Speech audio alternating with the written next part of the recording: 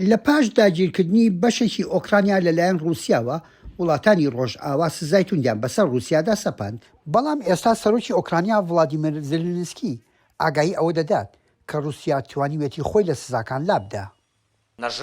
بەداخەوە دەوڵەتە تیرۆریسەکە توانیوێتی لە ڕێگەی تۆڕێکی دابینکردنەوە دەستی بە تەکنۆلۆژیاکانی جیهان بگات و خۆشی لە سزاکان دەرباس بکات. پەیمانگای خزمەتگوزاریە شاهانەی یەکگرتوەکان کە بنکەکەی لە بەریتانیایە لە راپۆرتێکدا دەڵێت رووسیا فێری ئەوە دەبێت چۆن خۆی لە سزاکان لابدات.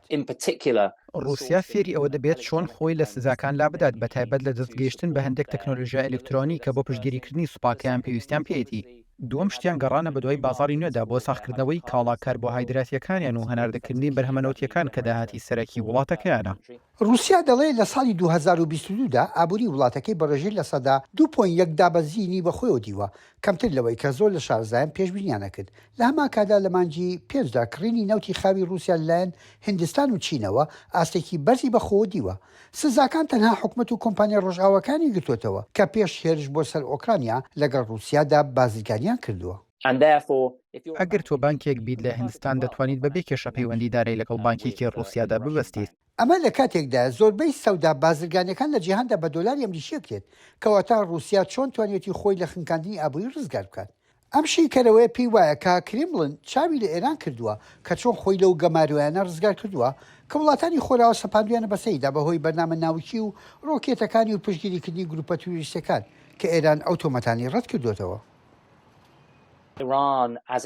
ئێران بە درێژایی ساڵانی ڕابردوو فێری جۆرەها فێڵ بووە کە ئێستا رووسیا چاوێن لێ دەکات. بۆ نمونە گواستنەوەی نەوت لە نێوان باڕەڵگرەکاندا لە نیوە شەودا و کوژاتنەوەی ئامێری دیاریکردنی شوێن، هەروەها بەکارهێنانی کۆمپانیەکانی تورکیا و ئیمارات بۆ ونکردنی سەرچاوە بازرگانیەکەی. لە هەمان کادا ئەو دوو وڵاتە دەستیان کردو بە بەستنەوەی سیستمی دارایی خۆیان بەیەکترەوە بۆ ئاسانکردنی مامەڵەکردن لە دەروی سیستمی سویفتی جیهانی کە کۆنتڕۆلی مامەڵی دۆلارەکات. مانگی ڕابردوو گەورەترین بانکی رووسی بەناوی VTP لە تاران نووسینگەی کردەوە کەوا بوو چۆن هاوپەیمانەکانی ئۆکرانیا دەتوانن ڕێگری لە رووسیا بکەم بۆ خۆدزینەوە لە سزاکان. شارەزایان پێیان وایە پابندکردنی کەرتی تایبەت بە سزاکان دەبێت لە سەنگەری پێشەوە بێت بۆ گەیشتن بە مەبەستە. کەرتی تایبەت دەشێوەها بکات کە بزانێت کڕیارەکانی کێن، پێدەویستەکان بۆ کوێ هەوردە دەکات، دەبێ بزانێت کە چی ڕێگا پێدراوە و چی ڕێگە پێدراو نییە. راپۆرتەکە داوا لە ڕۆژئاوا دەکات کە کەرتی تایبەت وها پەروەردە بکەن کە دەرێت بە بازرگانی نایاسایی بکەن. هۆشداریش دەدات کە مۆسکۆ زیاتر هەوڵەدات بۆ ڕزگاربوونی لە سزاکان گەمەکانی ئێران بەکاربێنێت. یحیا بەرزنجی دەنجی ئەمریکا بۆ راپۆرتی هێنری ڕیدگویل لە لەندەنەوە.